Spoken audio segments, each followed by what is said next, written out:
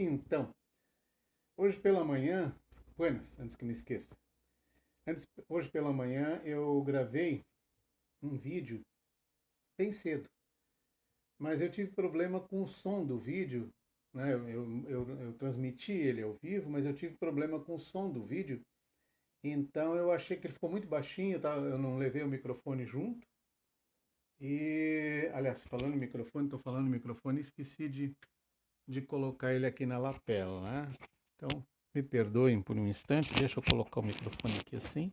Pronto, acho que agora vai ficar melhor, né? Vou repetir o que eu falei. Eu disse que hoje de manhã eu fiz uma transmissão ao vivo aí pelas 6 da manhã, mas sobre esse tema que eu vou falar agora, mas o som ficou muito ruim porque eu não tinha levado o microfone junto. Eu não estava com o microfone naquele momento, tá? Então eu vou fazer agora uma nova gravação, né, se Deus me permitir, e eu vou falar sobre esse tema, que é um tema interessante. Ele parte de uma internauta que me perguntou o seguinte: no vídeo anterior, eu falei o seguinte, que eu quero, quando o Messias chegar, quando o Messias voltar, eu quero estar ao lado direito dele, eu quero estar à direita do Messias, né? E começou um comentário que eu fiz no meio de um assunto, um outro assunto de outra relevância. E ela me perguntou o seguinte: por que que eu falei que eu quero estar à direita do Messias?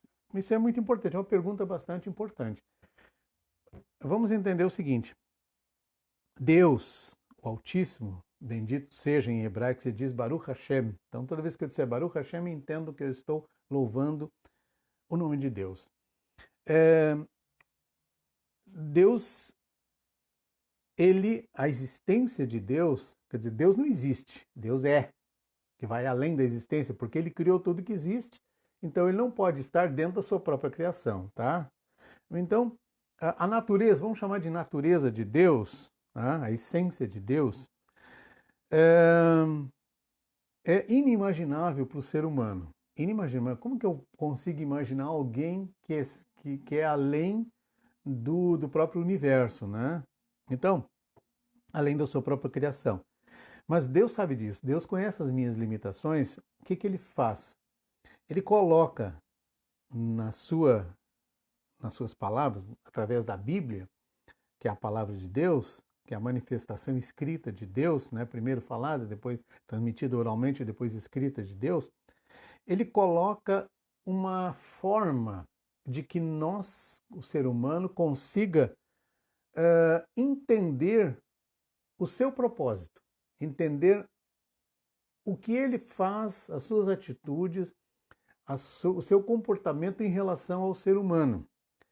E para isso, Deus cria, através dos profetas, uma manifestação, vamos dizer assim, uma figura antropomórfica, ou seja, ele dá a si a forma de homem, a forma de ser humano.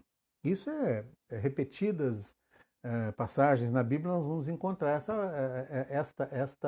esta figura, né?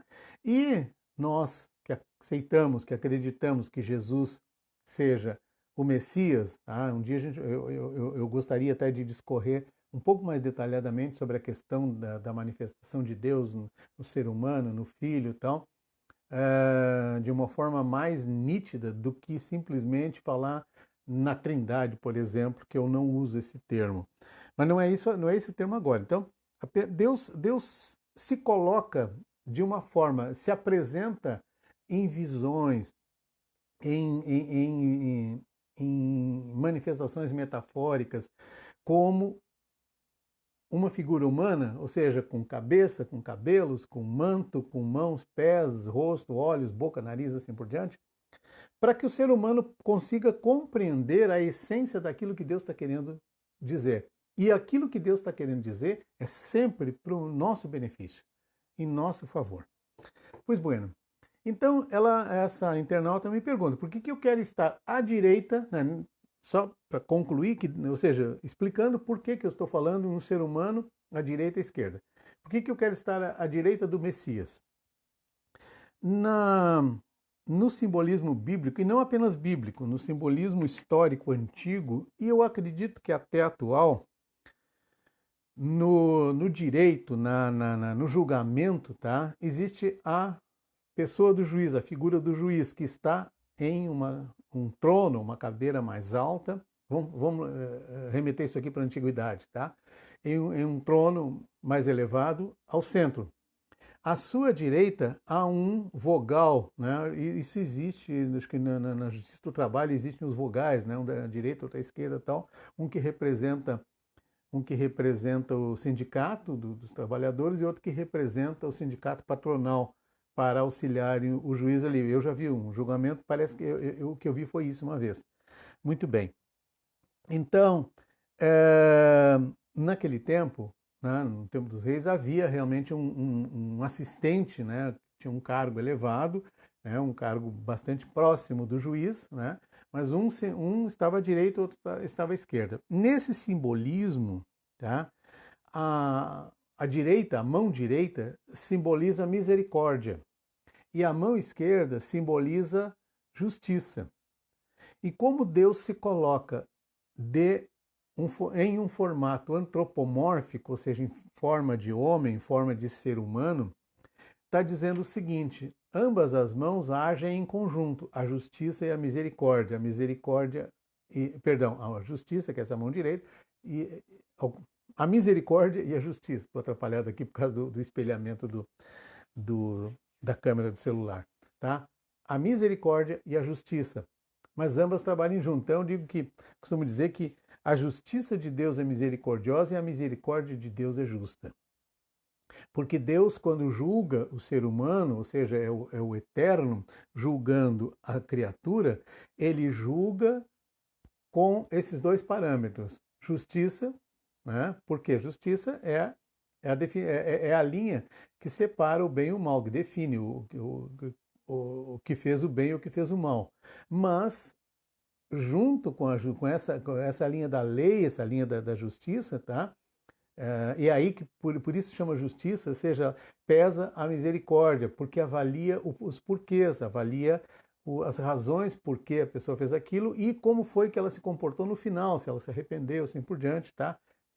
Só isso já dá um insight muito grande, um estudo bastante grande. Então eu vou além. Então significa o seguinte: aqueles que estão à direita serão os salvos. Isso está lá no livro de Apocalipse, né? E há uma referência também metafórica que diz o seguinte, que Deus separa os salvos que ficam à sua direita e os perdidos, né? aqueles que foram maus, que fizeram o mal, assim por diante, não se arrependeram, viveram, né, com essa vida indigna até a morte, eles ficarão à direita, e daí as consequências de um e de outro, a Bíblia é recheada de informações a respeito disso, tá bem? Então, por isso eu quero estar à direita. A direita significa o seguinte: quero ser salvo, quero estar entre os salvos. Muito bem. Mas aí, voltando à mão direita, tá? Não está claro, não é explícito isso nem no texto grego e, se eu não me engano, nem no texto hebraico. Eu não me lembro, eu não pesquisei tão a fundo, mas não há necessidade disso nesse momento. Eu até posso fazer isso depois, para entender, até porque a gente vê muitas imagens, muitas gravuras, muitas elas medievais, renascentistas, tal, e mesmo atuais, de grandes ilustradores, grandes artistas, que mostram o Messias com uma foice na mão direita, tá? Mas claro que também isso entra dentro da elucubração, ou seja, dentro da imaginação, nessa linha de possibilidades, a mesma que eu estou traçando aqui, ou seja, se a direita é misericordiosa e tal, então é a mão direita que vai segurar a foice. Não, mas espera um pouquinho, mas por que a mão direita vai segurar a foice? A foice não é um instrumento de corte, né? E mais, na Idade Média, a partir da Idade Média, até como uma forma eu diria o seguinte, uma forma satânica de demonizar a figura do anjo da morte, porque o anjo da morte não é um anjo mau. Né? Muita gente fala, o anjo da morte, Satã vem te matar. O Satã não tem poder para matar ninguém, não tem autoridade para isso. Deus não deu a ele essa autoridade. Nós vemos isso no livro de Jó. Tá?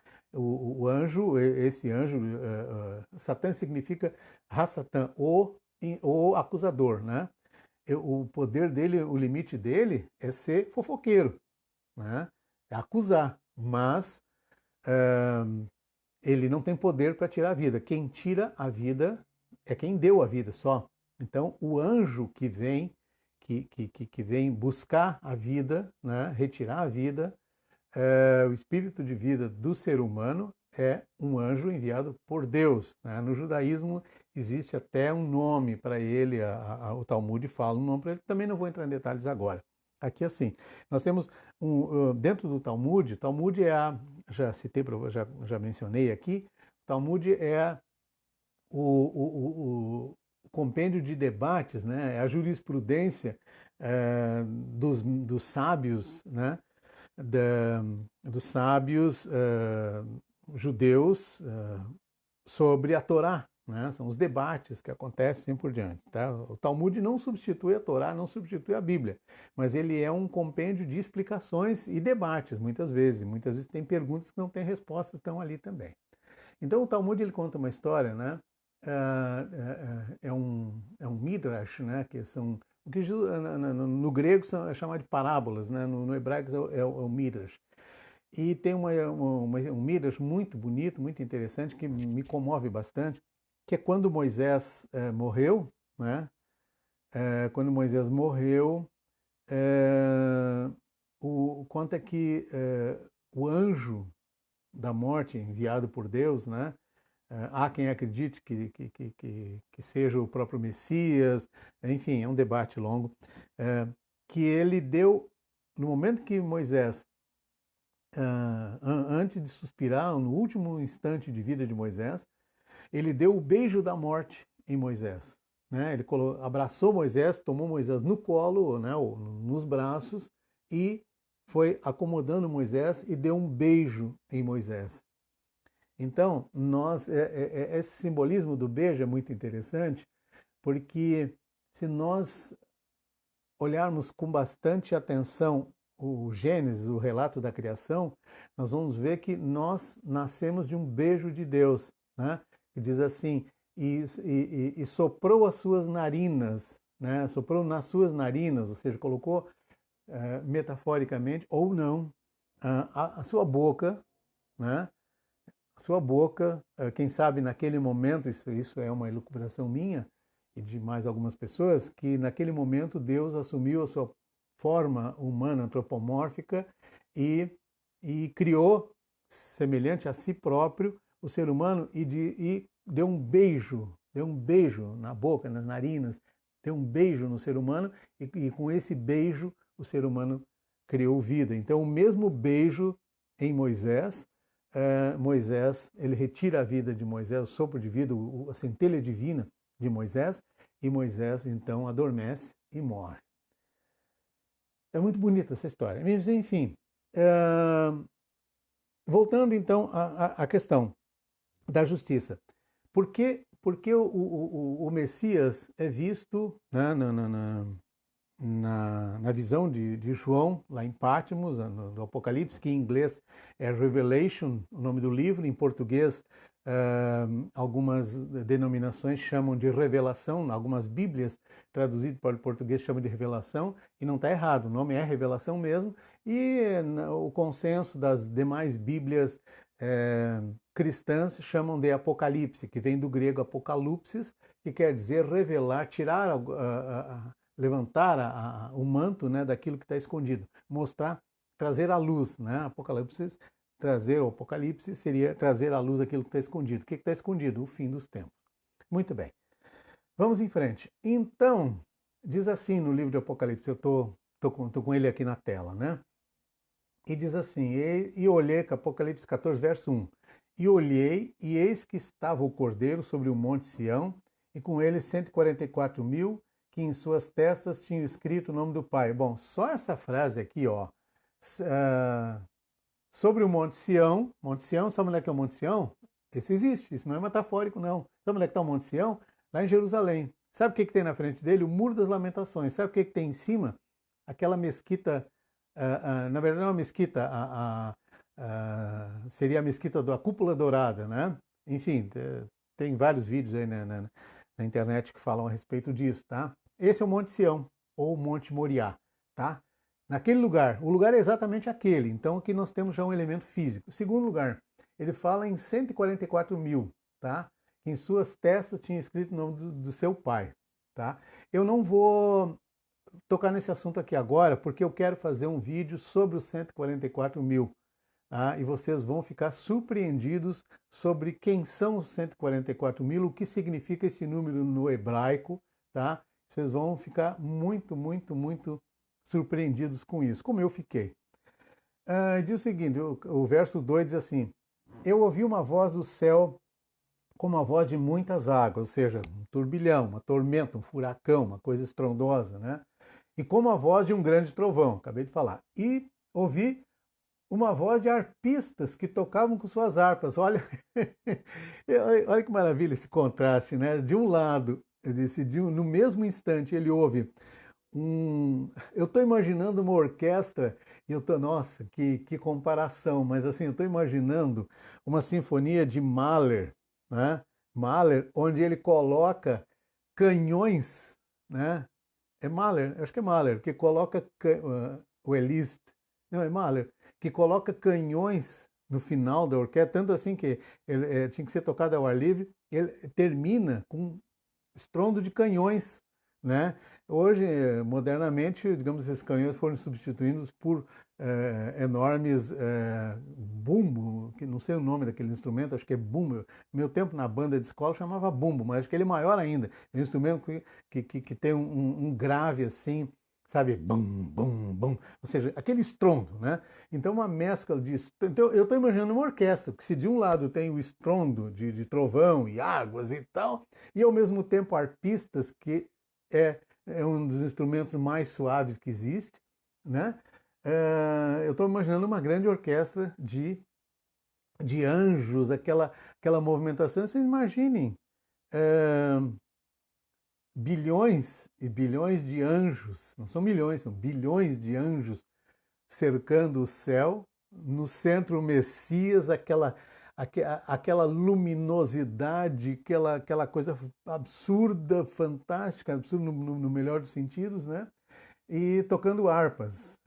Chega a me arrepiar, chega a me arrepiar. Eu quero ver isso, eu quero ver isso, tá? E aqui está falando assim, ó, da vinda do Messias, tá? E esse é o pensamento na grande maioria do pensamento judaico-cristão, tá? O judaísmo tem uma outra leitura alguns ramos do judaísmo têm uma leitura um pouquinho diferente disso aí também, mas eu não, aqui estou falando assim para a linha cristã, enfim, para o pensamento judaico-cristão, né? Outras religiões também talvez tenham suas interpretações que a mim não interessa. Muito bem, segue o seguinte: cantavam como um cântico novo diante do trono, ou seja, lembra lá atrás, lá no livro de Isaías, eis que farei novos céus, nova terra, né? E farei coisas novas, renovação, tá? Deus está renovando, inclusive, um cântico novo. Aqui, ó, criatividade. Deus continua sendo criativo, criador, até mesmo no fim dos tempos desse mundo, né? Não o fim porque tem a eternidade ainda pela frente. E aí diz o seguinte: e diante dos vamos começar, 4 animais e dos anciãos, tá? E ninguém podia, ele fala no capítulo anterior sobre 4 animais, né? Número 4, vamos falar sobre isso, tá? E sobre anciãos também, 24 anciãos, e ninguém podia aprender aquele cântico, senão 144 mil que foram comprados da terra. Vamos linkar isso aí daqui a pouquinho. Deixa os 144 mil para outra ocasião e vamos falar sobre os comprados da terra, tá? Fala em compra e fala em terra aqui, ok? E diz o seguinte: esses são os que não estão contaminados com mulheres, porque são virgens. Aqui é importante entender o simbolismo disso aqui. Mulheres simbolizam não esposas. Ele separa aqui mulheres e virgens. Virgens são moças que não casaram, não tiveram relacionamento. E mulheres, ele coloca aqui o seguinte: Para isso nós teríamos que fazer um estudo, tá, também, né, se houver interesse, prometo que eu faço isso, sobre como era o casamento, como era como era a lei, tem a lei, uma das famosas leis Hukim, né? Sobre o casamento do irmão com a cunhada que não teve filho, etc, etc. Tinha uma coisa de casamento. Ou então, como era a lei do casamento dentro da Torá, sobre o casamento com mulheres estrangeiras, com mulheres pagãs, com mulheres idólatras, assim por diante, tá? Então, mas eu não vou entrar também, não vou aprofundar nisso aqui agora, senão eu não saio desse assunto. Porque mulher entende o seguinte, mulher entende-se religião também, tá? Nós vamos ver no livro de Apocalipse, como nós vamos ver em outros livros, no livro de Isaías, por exemplo, ele fala em mulher, outros livros, tá? Eles mencionam história, dão nomes, inclusive, de mulheres que foram terríveis, Jezabel, quem mais? Dalila, lá no tempo de Sansão, que foi traiçoeira, qual é outra? A Salomé, que pediu a cabeça de João Batista, e assim por diante. Essas são mulheres ruins, né? São as mulheres, as esposas e as concubinas de Salomão, que levaram idolatria, levaram a Salomão a cometer idolatria, e assim por diante. Então, aqui o sentido de mulheres, tá? Então, por favor, as feministas me esqueçam nesse episódio aqui, porque não está falando de mulher no sentido assim, ó, aquela moça, aquela senhora, guerreiro, não. Porque a Bíblia enaltece a mulher ordeira, a mulher, que nome eu vou dar para isso aí, a mulher sábia, a mulher virtuosa, tá? É só você pegar e ler, por exemplo, o livro de Eclesiastes, o livro de Cantares de Salomão, né? Ou então o livro de Provérbios, o último capítulo de Provérbios, fala sobre a mulher virtuosa, né? E assim por diante. Então, assim, vamos separar mulher virtuosa e meretriz. Aqui, nesse caso, ele está usando o sentido de meretriz. E virgem é a mulher virtuosa, ainda que casada ou não, é mulher virtuosa. Tá? Não estão contaminados com mulheres. Aqui, nesse caso, ele se refere a religiões, tá? Se refere a religiões, não o ser humano, o sexo feminino, não. E significa o seguinte, não se poluíram, tá? Não se imiscuíram e não se prostituíram, muitos iram aqui, com idolatria. Aqui está se referindo exclusivamente com idolatria, tá bem? Aí segue. E estes são os que seguem o Cordeiro para onde quer que vá. Então você sabe que o Cordeiro simboliza o Messias. É simbolizado, ou simboliza o Messias. Onde quer que vá. Aqui nós não estamos falando de peregrinos que botam uma cruz de 50 quilos nas costas e saem pelo mundo peregrinando não é isso aí que está falando, tá? Seguir o Messias significa o seguinte, Paulo diz uma frase que eu gosto muito, ele diz assim, sejam meus seguidores como eu sou seguidor do Messias, tá? O que ele está querendo dizer é o seguinte, se vocês não sabem para onde ir, vem comigo porque eu sei onde eu vou. Ou seja, sigam aquilo que o Messias ensinou. Eu, por exemplo, eu não me intitulo cristão, mas, por favor, não me interpretem mal. Eu me intitulo seguidor do Messias, ok? Eu me intitulo alguém que procura seguir as palavras do Messias, seguir os ensinamentos do Messias, tá? Messias, Jesus para nós, ok? Yeshua em hebraico, Jesus em português, ok? Então são os que seguem o Cordeiro para onde quer que vá. Ou seja, onde quer que eu esteja, tá? Eu devo estar com o pensamento, com corpo, mente e alma ligados a Deus. Deixa eu fazer um parêntese aqui assim. Então eu parei aqui no verso 4, tá? Só para não perder o fio da meada depois. A história de adoração a Deus, seguir o Cordeiro, seguir a Jesus, seguir os ensinamentos do Messias. E quais eram os ensinamentos do Messias? A lei de Deus. Onde é que está a lei de Deus? Está na Torá. Está na Torá, no Pentateuco, 5 livros de Moisés, está ali, 613 instruções, né? Em hebraico, mitzvot, em português, mandamentos de Deus, né? Então, vamos falar um pouquinho sobre essa lei de Deus, tá ok? Sobre 613 e assim por diante. E sobre o que Paulo diz, né? Não, Jesus também fala, Jesus fala isso, ó, que nós devemos adorar a Deus em espírito e verdade, e de toda a nossa mente, todo o nosso coração, toda a nossa alma, todo o nosso entendimento. Vamos traduzir isso aqui? Vocês lembram que tem um episódio na Bíblia? Eu não vou ficar correndo aqui, porque senão a gente vai perder muito tempo. Vocês buscam ali, depois que tiver dúvida me pergunta, eu acho para vocês ali. Lá nos Evangelhos, conta a história de uma mulher que ela sofria, vocês conhecem bem essa história, que ela sofria de uma doença que ela tinha corrimento sanguíneo, tá? Há estudiosos que acreditam que seja hemorroida, tá? Mas seja qual for, ela sofria muito com aquilo, ela perdia muito sangue, e isso vamos dizer, isso acontecia já havia mais de 12 anos, uma coisa assim. Ela já tinha gasto tudo que tinha com médicos e não teve jeito, né? Até porque devemos lembrar que naquele tempo, e Jerusalém naquele período, estava muito sob influência helenística, né, dos gregos, e os gregos tinham um médico lá, se eu não me engano era Epicuro, em que é o mesmo que dizia assim, ó, a diferença entre o veneno e o remédio é a dose, né?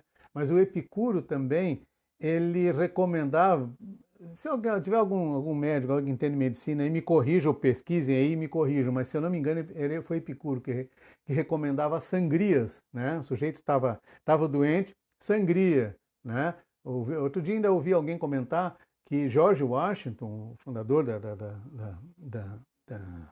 Constituição, um dos primeiros presidentes dos Estados Unidos, o primeiro presidente dos Estados Unidos, ele quase morreu porque ele estava com uma gripe muito braba e dele sangria nele. A sangria era usada até um século e meio atrás.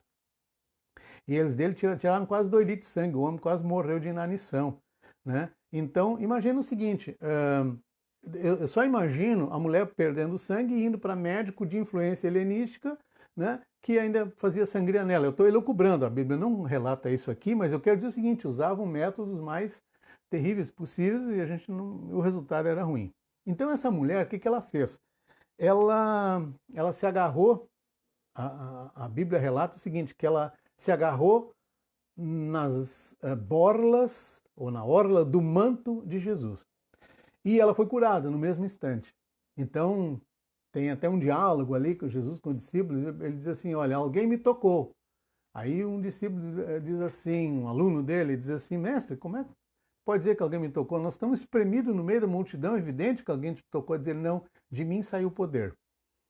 Então, nós somos levados na nossa imaginação a pensar, deixa eu só dar uma olhadinha aqui no Facebook, eu vi que tem alguém assistindo, tá?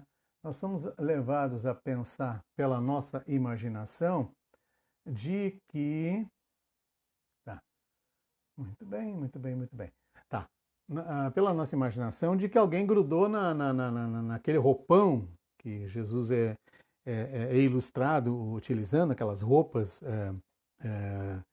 mediterrâneas, naquelas roupas lá do Oriente Médio, né?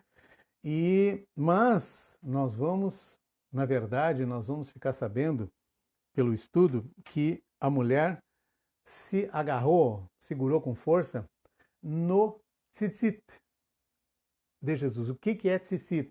Aquele cordãozinho, tá? Que o judeu, principalmente o religioso, ele usa, tá? São 4 nas pontas das vestes de uma camiseta, atualmente usa na ponta de uma veste, ou nos 4 cantos do talit, aquele manto de oração, tá? Em cada ponta, em cada canto, cada bico daquele pano, que ele é retangular, é amarrado um cordãozinho. Esse cordãozinho é chamado de tzitzit, tá? Esse tzitzit, né, ele tem 5 nós e ele tem 8 fios. Então, 8 fios é dado um nó, aí umas voltinhas, mais um nó, são 5 nós e 8 fios. Qual o simbolismo disso? Tá? Qual o simbolismo disso? Só voltar aqui para o Apocalipse. Qual o simbolismo disso? é o seguinte. A palavra tzitzit, tá? Seguindo a gematria ou gematria, tá? Gematria ou gematria, ou gematria, a gematria ou a gematria não é a matemática, é o simbolismo matemático nas letras hebraicas. Até porque os números indo-arábicos que nós conhecemos, 1, 2, até 9, até 0, eles não são muito antigos, não na história da humanidade. Eles foram trazidos para a Europa no século 13, mais ou menos, por Fibonacci. Aquele das voltinhas, aquele né, da proporção áurea e tal. Então, até então, os cálculos lá no Oriente eram feitos por ábaco, aquele quadrinho com umas varetinhas e umas argolinhas. Então, eles, de acordo com a posição, eles vão mudando e fazem um cálculo muito rápido. Então, o ábaco era com que se faziam cálculos antigamente. E no hebraico, e no grego também tem, você vai pegar, por exemplo, a letra pi. A letra pi, traduzido, é o número 3,1416, 15, alguma coisa, e tem quase uma dízima periódica que vai até o fim. Enfim, a gente traduz por 3,14 ou 3,1416. Nos números romanos, por exemplo, né, nós temos também, cada letra é um número. Né? A gente, no meu tempo de escola, a gente tinha que aprender a escrever números romanos, né, e escrever números em números romanos, assim por diante, que eram letras, né? X, I, V, D, assim por diante. D acho que era 500, né? C, 100, e assim. Então, no hebraico também. Então, cada letra hebraica ela tem um valor numérico, ok? As letras que formam a palavra tzitzit, no hebraico, o valor numérico delas é 600. Anota aí, 600, tá? Tem 8 fios o cordão. Então, 600 mais 8, 608. Faça uma conta comigo. E ele tem 5 nós. Por que 5 nós? 5, ó, número do dedo da mão. Mas 5 nós são 5 livros da lei de Moisés. 5 livros do Pentateuco, da Torá. Gênesis, Êxodo, Levítico, Números e Deuteronômio. 5.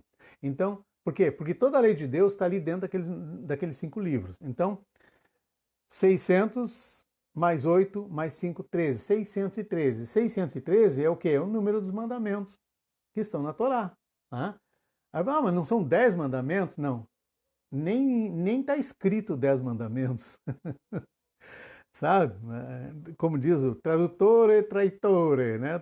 Porque o tradutor, na verdade, quem compilou a Bíblia, os agiógrafos e os exegetas e os hermeneutas, né? Hermenêutica é a parte que ajusta os livros da Bíblia, né? Exegese é isso que eu estou fazendo aqui, é pegar um texto e vamos examinar ele e tal, tintim por tintim. Mas tintim por tintim é uma palavra que não se deve dizer. Na verdade, isso é até jocoso. Né? Vamos dizer vírgula por vírgula, ponto por ponto. Pronto, acabou.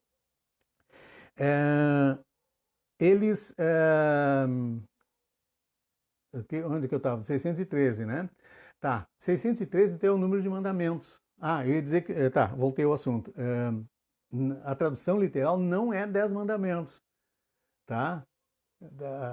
Anotem isso aí. A tradução literal dos chamados 10 mandamentos não é 10 mandamentos. E eu não estou dizendo nenhuma heresia, eu apenas estou dizendo que no hebraico original chama-se Hazeret Hadibrot. Hazeret Hadibrot significa as 10 palavras. Tá? Então, por que 10 palavras? Porque são 10 palavras-chave e que elas aglutinam o pensamento de todos os demais mandamentos.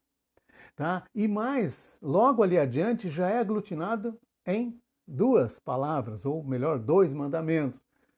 Ama a Deus acima de todas as coisas, ama teu próximo como a ti mesmo. Pronto, acabou. Essa é a síntese de toda a Bíblia. Quer entender a Bíblia? Ama Deus acima de todas as coisas, ama teu próximo como ama a ti mesmo. fecha a Bíblia, você já entendeu a Bíblia. Claro que o resto é importante para a gente fixar, né? Como perfume. A essência do perfume é uma coisa, o fixador é outra. Você pode tomar um banho de essência. Meia hora depois já não tem mais nada, porque evaporou tudo, é álcool, né? Agora, se você bota um fixador, etc., opa, aí já tem perfume que dura bastante. Os franceses duram mais até, né? Então, 613. 613. Vamos ver o seguinte. Quando nessa junção de corpo, alma, sentimento e tal, quando Jesus disse, ama de todo o teu coração, tua alma, todo o teu coração, tua alma, né, e o teu sentimento. Nós vamos ver o seguinte, 613 é o seguinte, existem 248 mandamentos positivos e 365 mandamentos negativos. Vou repetir, 248, anotem isso, 248 mandamentos positivos e 365 mandamentos negativos. Somos 2, vai dar 613. O que são os mandamentos positivos? Faça isso, faça aquilo, faça aquele outro. Ou seja, guarda o sábado, lembra-te disso, honra teu pai e tua mãe, sabe? Cuida do passarinho, cuida do teu animal, assim por diante, tá? São positivos, tem muito positivo. Usa as franjas, escreve nos umbrais da tua casa a lei de Deus, medita nela noite e dia, ensina os teus filhos, são mandamentos positivos. E os mandamentos negativos são aqueles que começam com não, né? Não matarás, não furtarás, não adulterarás, não dirás falso testemunho, não tires o filhote da mãe, do ninho na frente da mãe, enxota a mãe para tirar os filhotinhos, tal, porque ela tem memória curta, porque ela não sofra, né? Não ate a boca do boi enquanto debulha. São muitos mandamentos, são 613. Muito bem. Por que 248 e por que 365? 248, segundo o sábio Maimônides, que foi médico, ele foi um dos grandes sábios do judaísmo depois dos primeiros anos do cristianismo, viveu lá pelo ano 1400 alguma coisa, são assim, 248, esses positivos, ou seja, tu tem que, positivos e 365 negativos, significa o seguinte, tu tem que adorar a Deus com todo o teu corpo, toda a tua alma e todo o teu entendimento. Me faltou essa palavra antes, foi o que Jesus disse, né? Ou seja, Paulo traduz isso assim, ó, devemos prestar a Deus o nosso culto racional. O que é um culto racional? A fé é racional. A fé irracional é fideísmo. A fé irracional é acreditar por acreditar sem saber no que está acreditando. Isso que nós estamos fazendo aqui chama-se fé racional. Ou seja, por que eu tenho que estudar isso? Não tem que estudar isso. Quer acreditar, acredita, só que tem um detalhe. Qualquer pessoa vem, te aplica um 71 aí, tu vai acreditar, porque tu não tem base para saber se é verdade ou não. É como mais ou menos esses e-mails que a gente recebe aí, com 1000 propostas, ofertas, né? Mas como é que vai saber se é verdade? Tá? Bom, eu sei em onde eu devo clicar, eu sei onde eu não devo clicar, porque eu estudei o assunto antes, eu me informei disso aí. Então, a Bíblia diz assim, não seja ignorante, tá? Seja bem informado, ok? Vamos em frente. Então, nós já entendemos aí esse simbolismo. Por que nos 4 cantos da veste? 4 simboliza universalidade. Os 4 aspas, cantos da terra, os 4 pontos cardeais, significa o seguinte, que Deus te protege, o manto é um símbolo, é tudo simbolismo, tá? Não tem nada mágico aqui. Deus te protege em todos os cantos da terra, ou seja, em todo lugar que tu vá, né, Deus está te protegendo se tu estiver colocado sob a sua proteção. Se colocar sob a tua proteção, ele tem um guarda-chuva, né? Você entra ali e você não vai se molhar. Muito bem. Essa proteção é muito espiritual, tá? Depois, um dia a gente pode até falar sobre a diferença entre uma e outra. Muito bem. E que mais sobre isso aí? A gente fala e esquece um pouco do assunto, né? Acho que eu me perdi nesse assunto aí. Não, sim, os 4 cantos.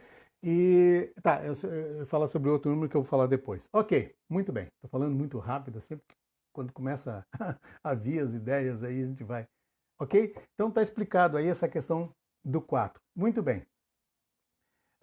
Continuando, o verso 4 aqui do capítulo 14 diz assim: estes são os que seguem o Cordeiro, tal, esses são os que estão dentre os homens que foram comprados como primícias para Deus e para o Cordeiro, tá? Ele separa aqui, primícias, Deus e Cordeiro. Vamos falar sobre isso um outro dia. E na sua boca não se achou engano, porque são irrepreensíveis diante do trono de Deus. Ok? Tá bem claro isso.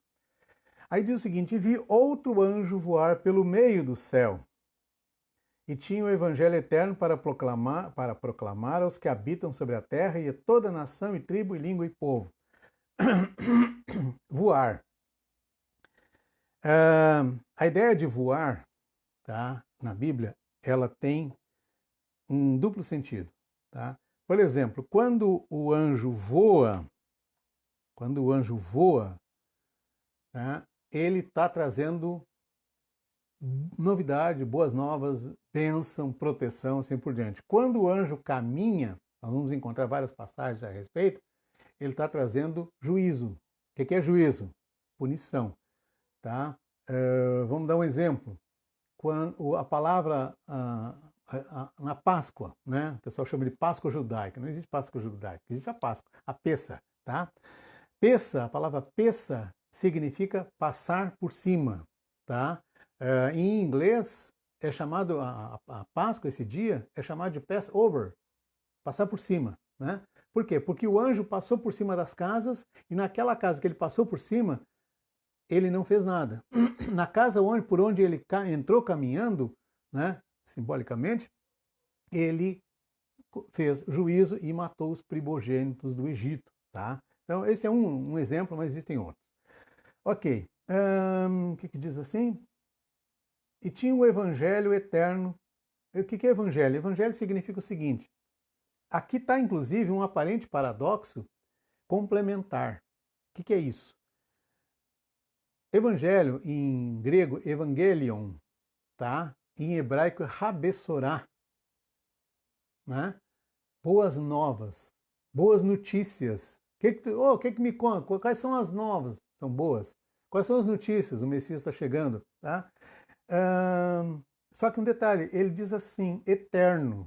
Opa, aqui já quebra uma série de paradigmas de muitas religiões dizendo o seguinte: o Antigo Testamento não tem mais valor. Espera um pouquinho.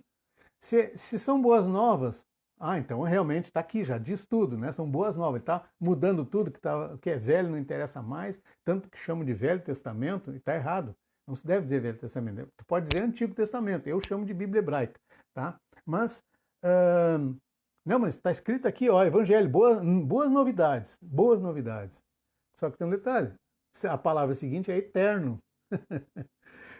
Um pouquinho, ser eterno é porque está vindo de outro. Então ele está simplesmente reforçando.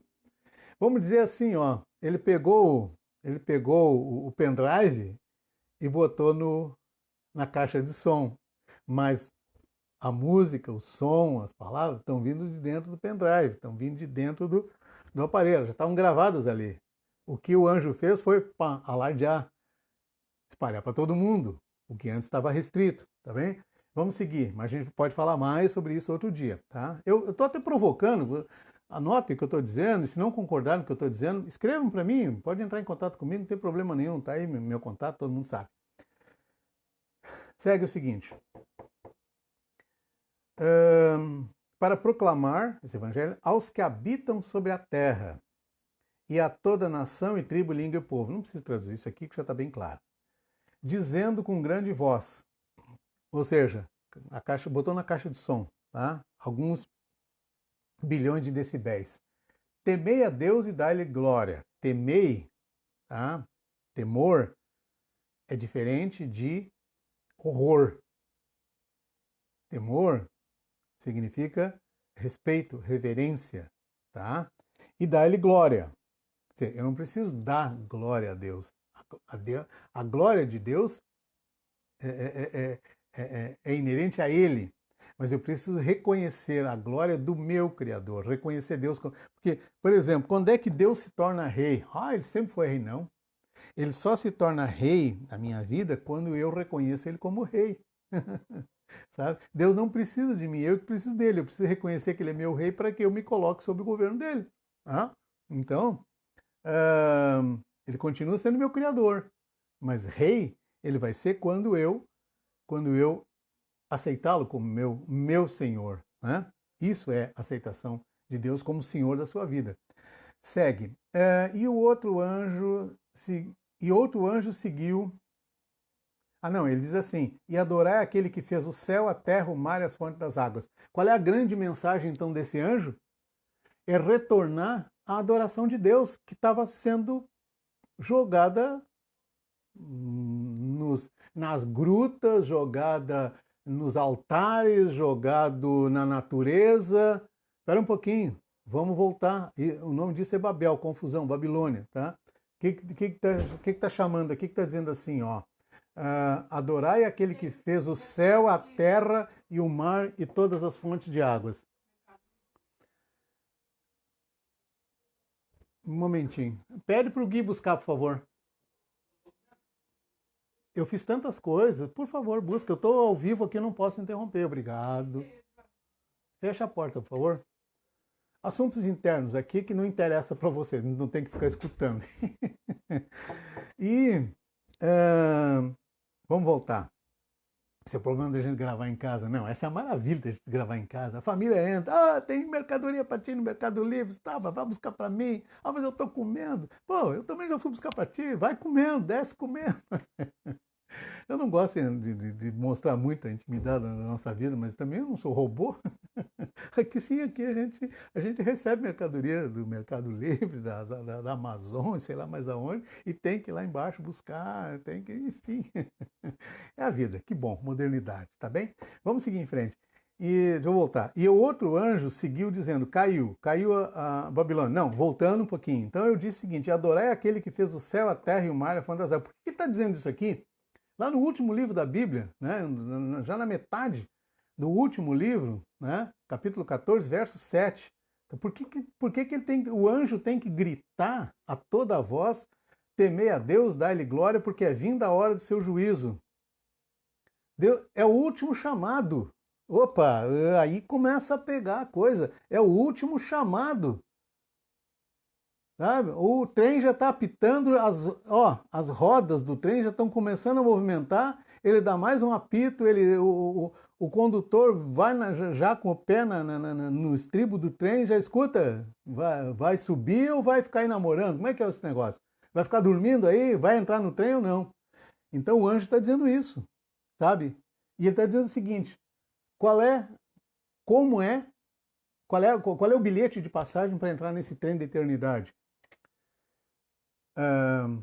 Temei a Deus, ou seja, cuidado, reverência, respeito a Deus, dai-lhe glória, porque é vinda a hora do seu juízo. Então, tá, o trem está saindo, tá? E adorai, vai além disso, não basta eu temer, não basta eu ter respeito por Deus, eu tenho que ir além. Tá? Adorai aquele que fez o céu, a terra, o mar e a fonte das águas. Ele separa aqui a água doce, a água potável e o mar, tá? Tudo feito por Deus. Reconhecer que Deus é o Criador, é o autor, tá? Mas eu acredito na evolução. Tá bom, então entra no trem da evolução, pergunta onde vai te levar. Eu quero entrar no trem da eternidade. Eu quero entrar no trem do Criador. Eu quero entrar nesse trem que vai me levar para a eternidade. À direita do Messias, tá? E diz o seguinte, segue. E seguiu... Verso 8 diz assim, e outro anjo seguiu, dizendo, caiu Babilônia, aquela grande cidade que a todas as nações deu a beber do vinho da ira da sua fornicação. Aqui seria importante que a gente buscasse exemplo na história geral, na história antiga, tá? Que a gente entendesse como foi a ascensão e queda desses grandes impérios, tá? Esse é um tema também para alguns vídeos que a gente pode vir a fazer mais adiante. Não vou me estender aqui assim, tá? Mas ele está dizendo, ele está usando modelos, tá? Ele usou o modelo de Babilônia porque Babilônia dominou o mundo. e dominou o mundo, e Babilônia espalhou a sua falsa religião, a sua adoração a deuses estranhos, a idolatria, tá? Era o símbolo. E a palavra Babel, Babilônia, Babel significa confusão, tá? Então, é uma confusão. E Deus está dizendo o seguinte: Deus é um Deus límpido. Claro, o temor, o amor de Deus, o conhecimento da palavra de Deus, ela é clara, ela é límpida, tá? Então, se tem um sistema nesse mundo, nesse planeta, que está gerando confusão, e vocês vão convir comigo que existe hoje é confusão. Pergunte se alguém sabe o que vai acontecer. Pergunte se alguém sabe o que está acontecendo. Pergunte se algum governo sabe qual é a fórmula para dar paz para o seu povo. Não, pelo contrário. Só se fala em venda de armas, compra de armas, armamentos, guerra, fome, né? E assim por diante. Vamos em frente. E o outro anjo seguiu dizendo, tá, caiu Babilônia, aquela grande cidade que a todas as nações deu a beber o vinho da ira da sua fornicação. E o verso 9 diz assim, e seguiu-os o terceiro anjo, dizendo com grande voz, se alguém adorar a besta em sua imagem, receber na sua testa e na sua mão, também este beberá do vinho da ira de Deus, que se deitou não misturado no cálice da sua ira.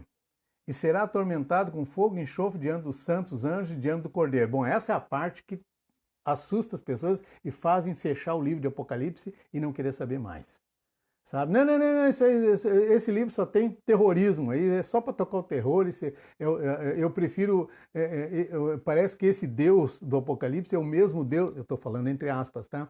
Parece que esse Deus do Apocalipse é o mesmo Deus do Antigo Testamento que mandava matar criança, mandava matar animais, mandava tocar fogo, assim por diante. Ele voltou, ele acordou, sabe? Parece que a impressão que passa é isso, tá? Se a gente não entender todo o contexto, se não entender tudo o que está acontecendo. Agora, quando a gente vê o que está acontecendo no mundo, eu não preciso nem ver isso aqui para desejar que isso aqui aconteça mesmo. Quando eu vejo pessoas, quando se vê pessoas estuprando, matando crianças, matando inocentes, matando, enfim, torturando, fazendo as barbaridades que faz, tá? Nas guerras, jogando bomba em cima de hospitais, jogando bomba em cima de maternidades, tá? O primeiro pensamento que vem é tomara que isso aqui aconteça.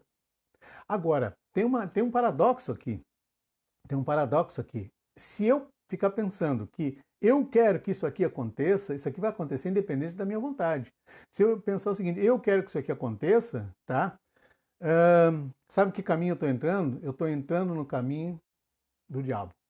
Por quê? O que ele quer? Ele não quer apenas promover o mal. Ele quer que eu me transforme em um agente do mal também, querendo destruir os outros. Pô, um pouquinho, tu é contraditório. Tu não está falando que isso aqui é ruim, se eu estou falando que isso aqui é horrível, é péssimo. Agora tem um detalhe. O que diz a Bíblia em outra passagem? Minha é a vingança, diz o Senhor. Baruch Hashem, bendito o nome. Tá? Minha é a vingança dele, de Deus, não minha, não do Paulo. Tá? Deixa para ele. Outra coisa, eu devo desejar a minha salvação. Eu devo desejar a salvação das pessoas que eu amo. E meu desejo de salvação deve ser maior que a minha ira contra os maus. Compreende isso? Então, eu quero ser salvo por um coração bom que eu peço que Deus coloque em mim. Por bons pensamentos, boas atitudes, assim por diante, por arrependimento dos meus erros, dos meus pecados, e não pelo medo de ser castigado. Essa é a diferença, tá? Seguindo adiante. Aí ele dá uma descrição que eu vou pular essa parte aqui, tá? E agora eu vou passar aqui assim, ó. Não, eu vou ver o verso 13, diz assim, eu ouvi uma voz do céu que me dizia, escreve, bem-aventurados, felizes, os mortos que desde agora morrem no Senhor. O que é morrer no Senhor? É morrer em paz. Há uns 3 anos atrás, 2 anos e pouco atrás, quando eu tive esse AVC aqui, eu descobri que eu estava diabético também. Eu já estava há muito tempo, mas não sabia. Fui descobrir lá no hospital, né, com aquela carga de exames que fizeram por causa do AVC, né, a informação que eu tive, porque eu já comentei com vocês que hoje meu olho ele tem dificuldade de abrir. Então eu preciso passar por uma cirurgia. Tem que juntar uns pila aí para fazer cirurgia, tá? E a minha boca, ela é um pouco travada. Claro que eu relaxei um pouco na fisioterapia, eu deveria cuidar mais disso também.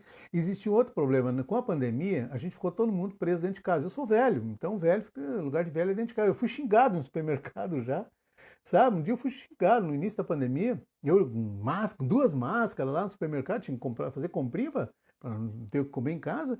Eu fui xingado por um camarada fortão, marombado, tal, que dizia que velho tinha que ficar em casa ou então morrer, né? Algo desse gênero assim.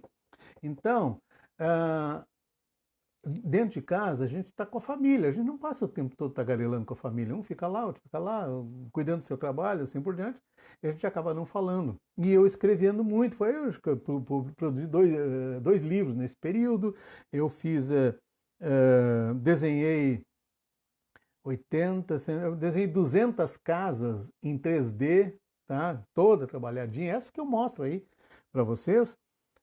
Enfim, eu fiz muita coisa nesse período, tá? E eu cheguei a perder a mão direita, não tinha como movimentar isso aí. Então, eu tive isso, né, na pandemia e eu perdi movimentos assim por diante, tá? Por que que eu comecei esse assunto? Espera um pouquinho. Por que que eu comecei esse assunto agora? Ah, tá, sim, sobre o medo da morte, tá? Então, a minha filha é da área da saúde, minha filha, doutora Melissa, doutora mesmo, né? Tá, agora, daqui uns dias, se Deus quiser, defende a tese dela por uma banca de doutorado, né? Que ela abandonou, ela trocou de linha de pesquisa, ela já estava no terceiro ano de doutorado, faltava só um ano para concluir a pesquisa e defender a tese.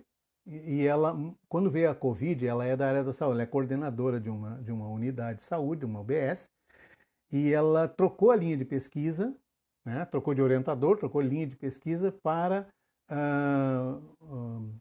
tratamento de pós-Covid, pulmonar, uma coisa assim. Entrou na linha de pesquisa. Minha filha é cientista, né? Então, a minha filha me acompanhou no hospital, lá onde eu fui atendido, né, na área neurológica. Eu lá, todo rango e tal. E aí eu perguntei, minha filha, como é que é a situação? Me fala a verdade.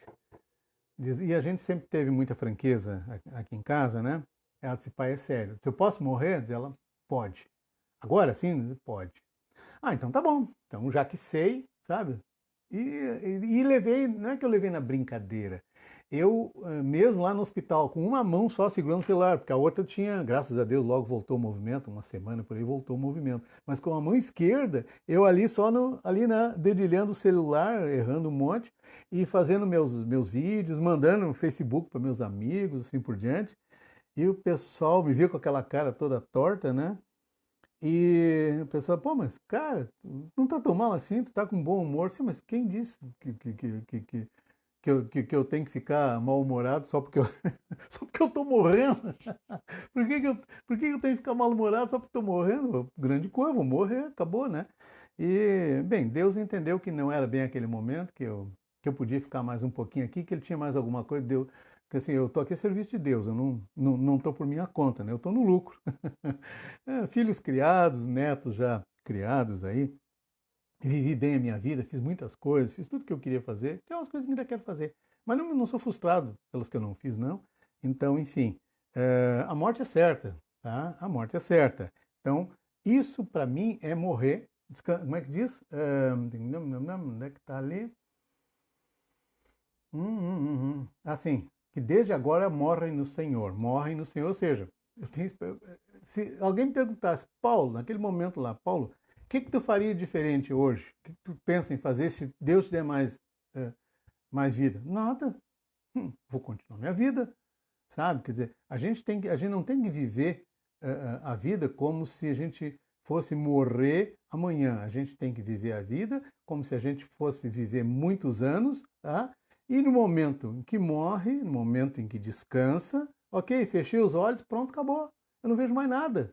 É assim que eu acredito, é assim que é a minha leitura, a minha interpretação bíblica, né? Em mim e de muita gente, tá? No momento que eu morri, puxa vida, me deixa morrer em paz, me dá um beijo. Me dá um beijo, Senhor, na hora de morrer, que eu estou bem, estou contigo, ok? E quando acordar, a primeira pessoa que eu quero ver é um anjo na minha frente dizendo, vem que, sabe, tá aqui teu bilhete, Tá? Vamos lá, ó, carimbei teu bilhete, vamos lá que o Messias está te esperando ali, no lado direito, tá? Pega aquela fila ali, né? É assim que eu quero, é assim que eu creio. Vamos em frente.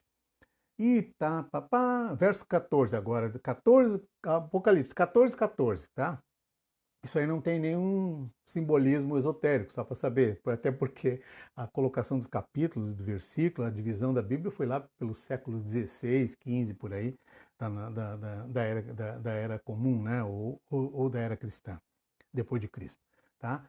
Diz assim, e olhei, e eis uma nuvem branca, e assentado sobre a nuvem um semelhante ao Filho do Homem, que tinha sobre a sua cabeça uma coroa de ouro e na sua mão uma foice afiada. Vou ler o verso 15.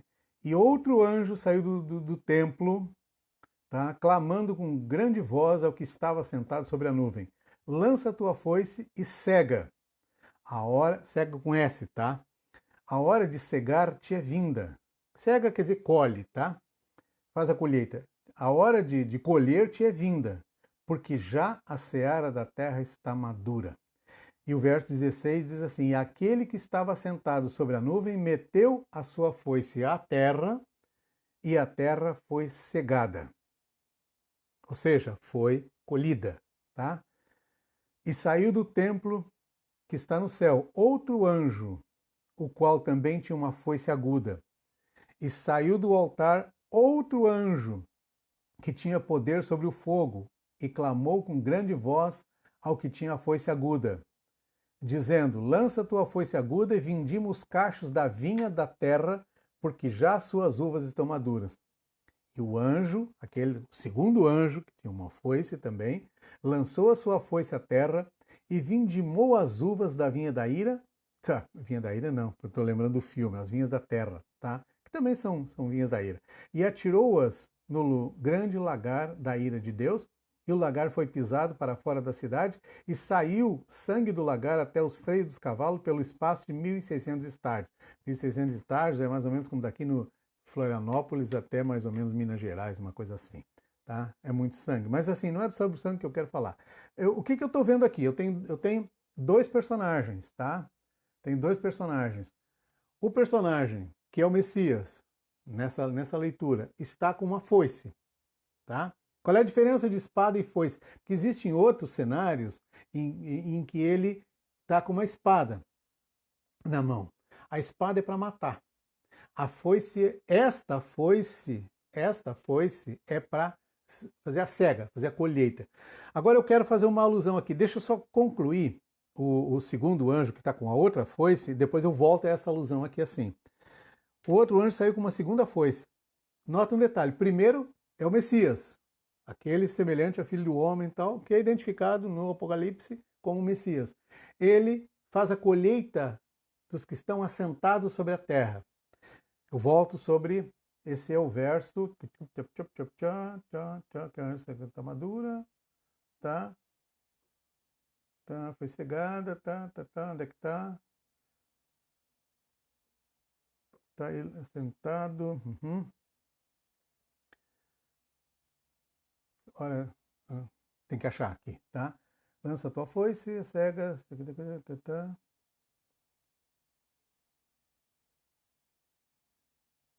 ok. Tem que ter um trecho que fala que eles estão assentados sobre a terra.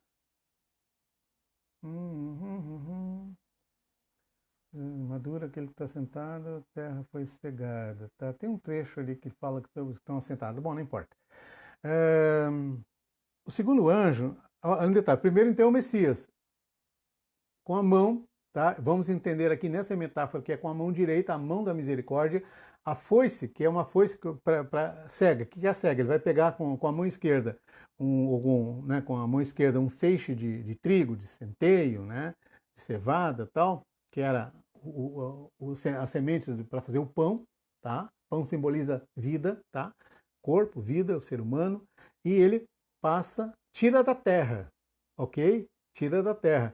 Então, eles estão indo para a eternidade, tá? Prontos, o pão da vida subiu para a eternidade. O segundo é um anjo. Aqui é o anjo da morte. Aquele anjo que Então, ó, aquilo que eu falei, ó. E o anjo lançou sua foice à terra. Significa o seguinte, ele caminhou. E ali na terra, ele cortou os cachos da uva. Por quê? Porque o vinho, a uva, a vide, tá? Ela tem o simbolismo da vida, é chamada de árvore da vida, tá? E o que acontece?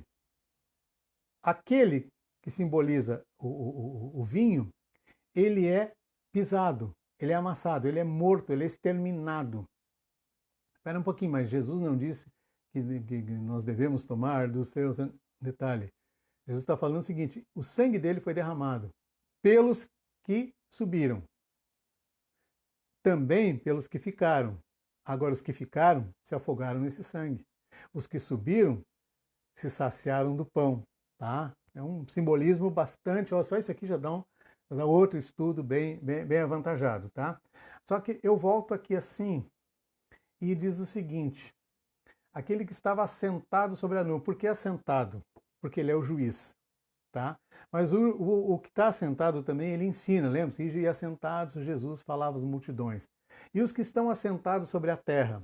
Os que estão assentados sobre a terra são os que estão aprendendo. Tá? O aluno não fica assentado quando o professor está ensinando, fica lá na carteira dele, está sentado. E naquele tempo era sentado no chão mesmo. Né? Então ele está ali, ó, calmo, tranquilo, sem pressa, assentado, escutando. Assentado porque para não se cansar, escutando assim por diante. Então, aquele que investiu o seu tempo, investiu sua vida, investiu o seu coração, tá? Em aprender a palavra de Deus, que é o que está dizendo aqui, tá? E entregar o coração a Deus, e aceitar Deus como Salvador, como Redentor, como Criador, como Rei, né? E dar glória a Deus, pronto, é os que vão estar à direita de Deus. É lá que eu quero estar. É lá que eu quero estar. E eu acho que seria legal estarem juntos, porque eu vou sentir saudade se chegar lá e não tiver um de vocês aí. Né? Embora diz que toda lágrima se enxugará, não haverá lembrança das coisas passadas, mas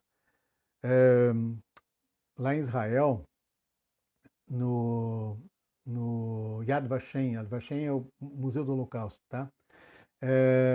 Tem uma rua chamada Alameda dos Justos entre as Nações. Tem um bosque, cada árvore tem uma plaquinha com o nome de pessoas que não eram judeus mas eles ou morreram ou arriscaram suas vidas para salvarem os judeus. Então tem brasileiro lá, também um deles foi Oswaldo Aranha, está lá o nome dele numa árvore. E nessa alameda, nessa rua que desce, uma rua estreitinha que desce, dentro do parque, tem um buraco redondo, assim, uma caverninha, tá? E tem uma plaquinha na frente com simplesmente escrito o seguinte, 6 milhões. Tá dizendo, o que ele está dizendo? Ele está dizendo que ó, esse é um pedaço da terra de Israel que está faltando. Tá? São 6 milhões de pessoas, 6 milhões de vidas ceifadas, de vidas roubadas, 1,5 milhão de crianças com infâncias roubadas. É um buraco, é um vazio. Essa terra vai ter um vazio nesse momento, daqueles que não estão lá para a eternidade. Mas a promessa, então, que está lá em Isaías, diz assim, eis que faço novos céus e nova terra. E os céus, as montanhas serão aplanadas. Né? Diz o seguinte, que o mar não mais existirá.